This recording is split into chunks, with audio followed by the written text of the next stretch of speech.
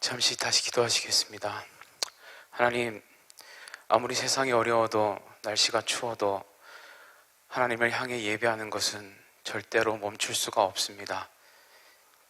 그런 마음을 가지고 또한 갈급한 심령을 가지고 이 시간 말씀 앞에 다시 한번 우리 자신을 세웁니다.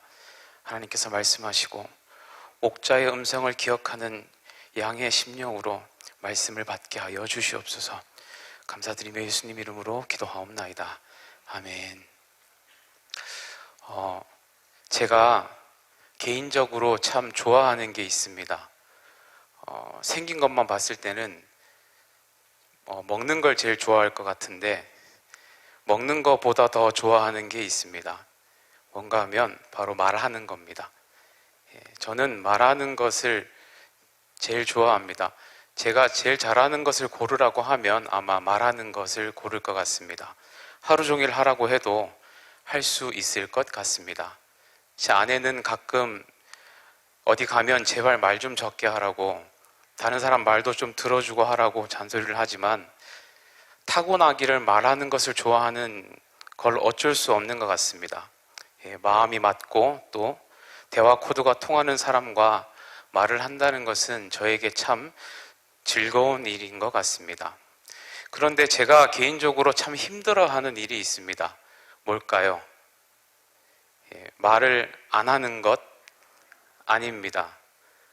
듣기만 하는 것 아닙니다. 뭔가 하면 말 안 통하는 사람하고 오래 얘기하는 겁니다. 아무리 오랫동안 대화를 해도 지금 내가 무슨 말을 하고 있는지 모르겠고 또 서로 다른 이야기를 하는 것 같고 또 하는 말마다 또 충돌이 생기는 그런 상황이 저에게는 참 힘든 것 같습니다. 저에게 이것보다 더 재미없는 일은 없을 것 같습니다. 우리가 이렇게 말하는 것 하나만 보아도 충분히 알 수 있듯이 상대방과 한 마음이 된다는 것, 그리고 서로의 코드가 통한다는 것, 그리고 서로가 하나가 되는 것만큼 좋은 일이 세상에 있을까 싶습니다. 행복은 좋은 음식을 먹고 좋은 자동차를 타고 좋은 집에서 사는 것이 아니라 좋은 사람과 함께 하나가 되어 말이 통하고 마음이 통하는 사람들끼리 모이는 것이 행복이 아닌가, 저는 나름대로 그렇게 정의를 내려볼 수 있을 것 같습니다. 잠언 17장 1절을 보시면 이렇게 기록합니다. 마른 떡 한 조각만 있고도 화목하는 것이 제육이 집에 가득하고 다투는 것보다 나으니라.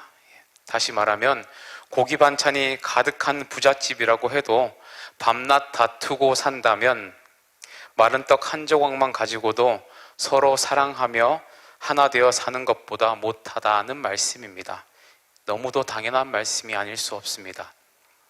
성경을 큰 맥락에서 볼 때 하나됨이라는 것은 성경에서 하나님의 축복으로 사용되고 흩어짐이라는 것은 하나님의 형벌로 사용되고 있는 것을 종종 발견할 수 있습니다. 창세기 11장 말씀을 보시면 하나님을 대적하여 바벨탑을 쌓았던 노아의 후손들의 이야기가 나옵니다. 그리고 그것에 대한 하나님의 형벌은 언어를 혼잡케 하시는 것이었습니다. 갑자기 말이 안 통하게 되자 저들은 도저히 함께 살 수가 없어서 온 지면으로 흩어지게 되었습니다. 사람이 함께 살지 못하고 각기 뿔뿔이 흩어져 살 수밖에 없게 된 것은 분명히 하나님의 치명적인 형벌이었습니다. 그런데 반면 사도행전에 나오는 오순절 사건은 창세기 11장의 바벨탑 사건과 극명하게 대조되는 사건이었습니다. 창세기 11장의 노아의 후손들은 하나님을 대적하기 위해서 바벨탑을 쌓았지만 사도행전에 나오는 이 초대교인들은 하나님을 향해 기도의 탑을 쌓았습니다. 그러자 하나님은 즉시 그들에게 축복을 내려주십니다. 그리고 그 복은 흩어졌던 언어가 하나가 되는 성령의 충만함, 방언의 역사로 나타나게 됩니다. 즉 다시 말하면 하나님께 대적하여 흩어졌던 그 형벌의 역사가 서로 다시 하나가 되는 축복의 역사로 전환되었다는 것입니다. 모이기를 힘쓰게 되었고 누구도 자기의 것을 주장하지 않았고 함께 떡을 떼며 하나님을 찬양하는 일이 일어났습니다. 그리고 그것이 너무 좋아서 모이기를 힘썼던 그곳이 바로 교회가 되었습니다. 그 당시 기독교인이 된다는 것은 사회적인 공적 권리를 포기한다는 것을 의미하기도 했지만, 그럼에도 불구하고 날마다 구원을 받는 사람이 늘어났습니다. 왜냐하면 그들에게 성령으로 하나 되는 것은 그 무엇과 봐도 비교할 수 없이 좋은 것이었기 때문입니다. 저는 오늘 우리 모든 계산의 식구들이 이와 같은 하나됨의 축복을 받을 수 있기를 주님의 이름으로 축원합니다. 그런데 이렇게 하나가 된다는 것이 여러분 신앙생활을 하면서 솔직하게 고백해 보시기 바랍니다. 쉬운 일이었습니까? 어려운 일이었습니까? 너무 어렵습니다. 쉽지가 않더라는 겁니다. 가장 가까이에서 우리는 그 예를 쉽게 찾을 수 있습니다. 하나님께서 남편과 아내를 진정으로 한 몸을 이루며 살아가도록 맺어주셨는데, 따지고 보면 세상에서 내 말을 제일 안 들어주는 사람이 누굽니까? 다 웃으시네요.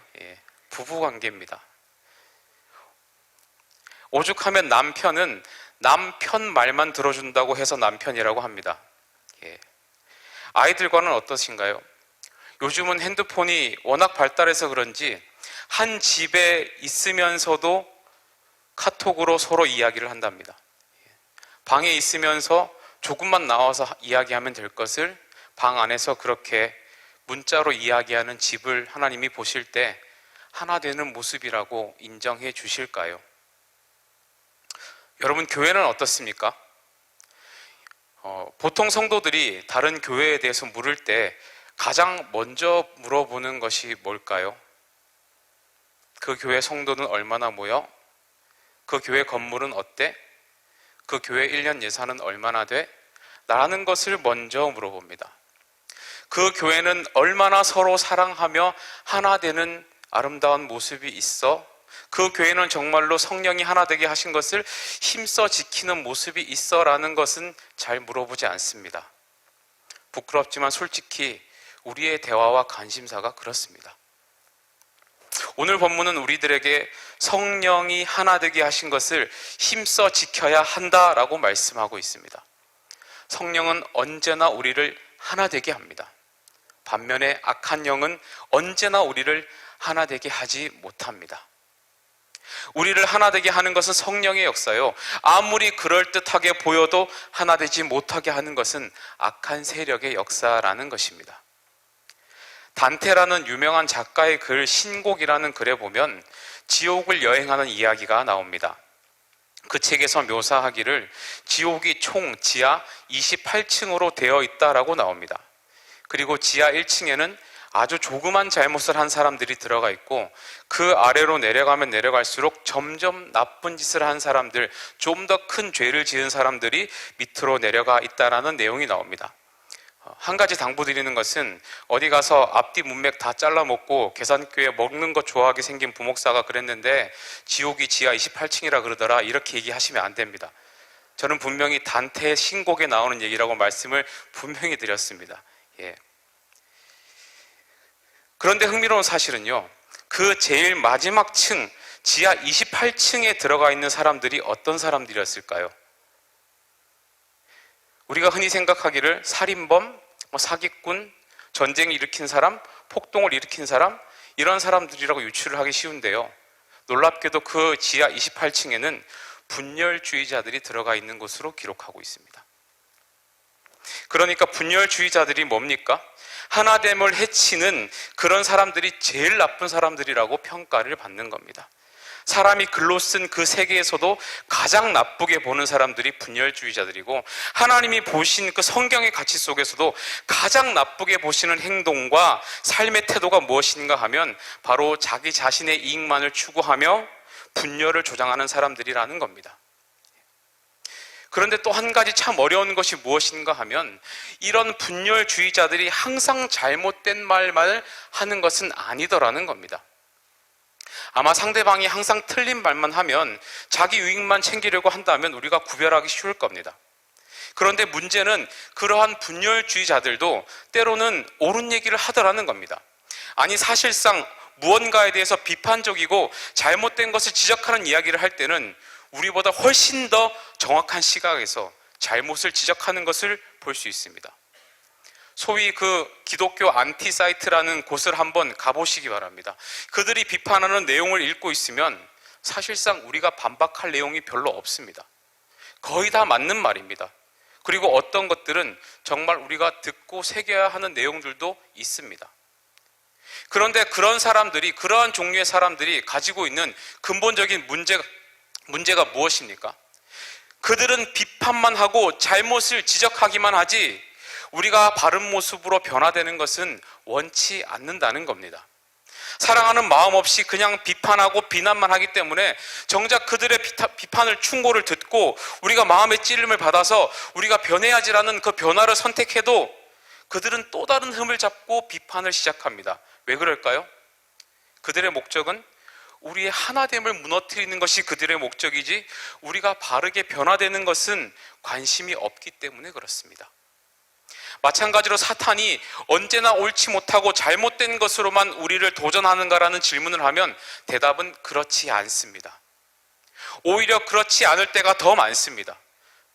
우리가 가진 잘못과 허물과 연약함과 흠을 정확하게 찾아내서 그것들을 크게 드러내는 방식으로 우리를 공격할 때가 훨씬 많습니다. 왜 그렇게 합니까? 목적은 하나입니다. 우리가 다 죄인이었다는 그 허물을 이용해서 우리를 정죄하고 죄책감에 빠지게 만드는 겁니다. 그리고 결국에는 그 우리의 하나됨을 허물고 흩어버리는 것이 그의 목적이기 때문에 그렇습니다. 그렇기 때문에 우리가 신앙생활하면서 늘 신중하게 생각해야 하는 것은 뭔가 옳은 얘기를 한다고 해서 다 신앙적이라고 볼 수는 없다는 것입니다. 고린도전서 10장 23절은 이렇게 말합니다.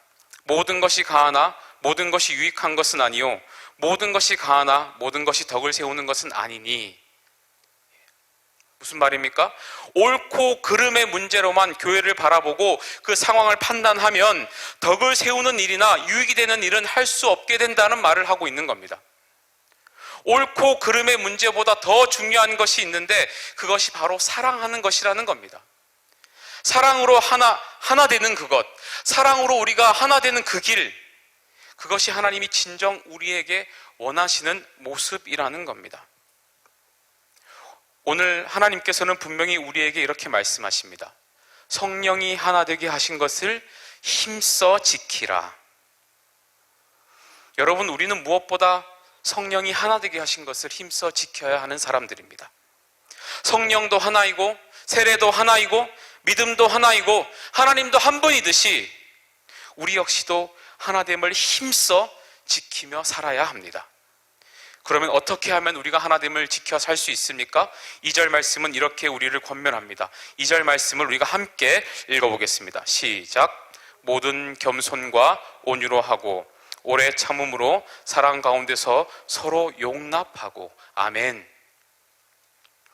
모든 일을 겸손하게 바라보는 태도, 미리 감정적으로 판단해서 격동하지 말고 온유한 태도로 접근하는 그러한 태도, 그리고 우리 주님이 우리에게 참으신 것처럼 서로를 오래 참아주는 그런 태도, 서로 사랑하는 태도, 조금 다를 수 있고 조금 차이가 있을 수 있지만 모든 것을 인격적으로 대하며 서로 용납하는 그런 태도, 이것들을 할 수 있으면 우리가 성령이 하나 되게 하신 것을 힘써 지킬 수 있다.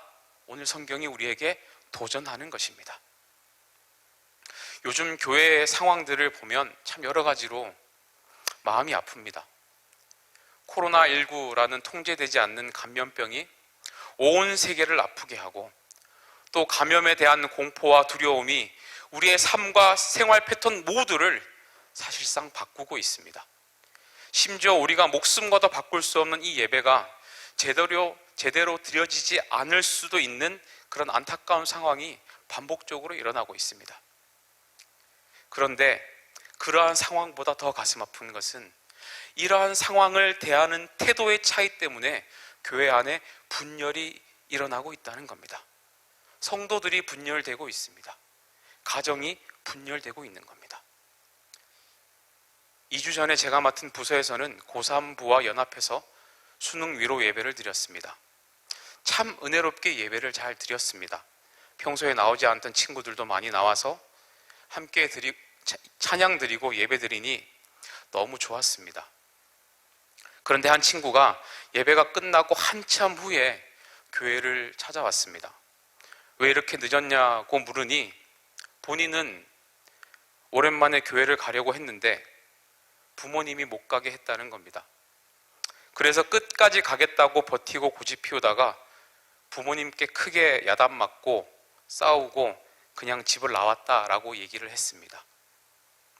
비단 이런 일들 뿐이겠습니까? 어떤 분은 무조건 현장 예배를 드려야 한다. 어떤 분은 온라인 예배만 해야 된다. 어떤 분은 아이들을 신방해야 한다. 어떤 분은 만나러 가는 것 자체가 위험하다. 네, 여러 가지 목소리가 있습니다. 그리고 이런 말씀을 하시는 모든 분들이 교회를 사랑하는 마음으로 하시는 말씀이라고 저는 생각합니다. 생각의 차이는 있을 수 있고 가치 판단의 기준도 다를 수 있습니다. 표현의 차이가 생길 수도 있고 또 상황에 따라 다르게 적용해야 되는 부분도 있을 겁니다. 그런데 정작 우리가 이러한 상황을 겪으면서 더 심각하게 경계하며 기도해야 하는 것이 무엇일까요? 누구의 생각이 옳고 그름을 앞세우다가 정작 성령이 하나 되게 하신 이 하나님의 뜻과 교회의 본질을 잃어버릴 수도 있다는 겁니다. 우리가 서로를 향한 모든 겸손과 온유를 잃게 될 수도 있다는 겁니다. 서로를 향해 오래 참는 태도를 잃어버릴 수도 있다는 겁니다. 서로를 용납하지 않고 대립각을 세우는 모습을, 그래서 하나가 아니라 둘로 셋으로 나눠지는 모습을 하나님께서는 결코 기뻐하지 않으신다는 겁니다. 물론 차별금지법과 같은 비성경적 법안들이나 하나님의 말씀의 그 진리를 무너뜨리는 어떠한 세력들과는 절대로 하나가 되어서는 안 되는 그런 분명한 기준과 한계는 존재하겠지만, 그러한 영역이 아니라면 우리는 옳고 그름의 문제가 아니라 어떻게 하면 더 사랑하고 어떻게 하면 더 용납하고 어떻게 하면 내 삶 가운데 내가 속한 그 공동체 속에서 온유와 겸손으로 하나님이 하나 되게 하신, 성령이 하나 되게 하신 이 하나님의 하나 되게 하신 것을 지키며 살아갈지를 더 고민해야 하는 사람들이라는 것을 우리가 결코 잊어서는 안 된다는 것입니다. 말씀을 마치려고 합니다. 오늘 말씀 앞에 우리 모두가 좀 결단하면 좋겠습니다. 옳고 그름을 말하기 전에 먼저 겸손한 심령을 달라고 기도하시면 좋겠습니다. 온유한 사람이 될 수 있기를 바랍니다. 오래 참는 능력이 우리 안에 세워질 수 있기를 축원합니다. 그리고 사랑 가운데 서로를 용납할 줄 아는 그런 넉넉한 우리 모든 계산의 성도님들 되시기를 축원합니다. 그래서 우리의 모든 것을 이 평안의 줄로 성령이 하나 되게 하신 것을 힘써 지키는 저와 여러분이 될 수 있기를 주님의 이름으로 축원합니다. 예수님은 산상수훈에서 화평케 하는 자는 복이 있다고 분명히 말씀하셨습니다. 그리고 그 화평의 대가가 무엇입니까? 하나님이 먼저 나를 하나님의 아들이라고 인정해 주실 것이라고 약속하셨습니다. 세상 사람들이 우리를 보면서 정말 너희는 하나님의 아들이구나 라고 인정해 주실 거라고 하나님께서 말씀하셨습니다. 그 일이 우리 안에 일어나기를 축원합니다. 성 프란시스는 주여 나를 평화의 도구로 써주소서라고 기도하고 노래했습니다. 우리들도 그와 같은 노래를 해야 되지 않겠습니까? 그래서 이 옳고 그름이라는 갈등 속에서 이 하나됨을 방해하는 세상의 모든 공격으로부터 우리의 교회와 가정을 평안으로 묶는 하나님의 도구가 되시기를 주님의 이름으로 축원합니다. 그러면 분명히 하나님께서 우리를 하나님의 아들이라고 인정해 주실 것이고 세상이 우리를 보면서 분명히 하나님의 아들이구나 라고 인정할 것입니다. 성령이 하나 되게 하시는 것을 힘써 지키며 평화의 도구로 지금의 이 어려운 때를 우리가 하나가 되어서 끝까지 이겨나가시는 모든 계산의 성도님들, 각 가정, 교회와 모든 공동체 다 될 수 있기를 주님의 이름으로 간절히 축원드립니다. 기도하겠습니다. 하나님, 우리를 하나로 묶어 주시옵소서. 하나님, 우리 계산교회 평안에 매는 줄로 하나 되게 하여 주시옵소서. 그 어떤 일보다 하나됨을 힘써 지키는 우리 교회 되게 하여 주시옵소서. 가정에서나 직장에서나 일터에서나 그 어느 곳에서든지 하나됨을 지켜나가는 복된 인생 되게 하여 주시옵소서.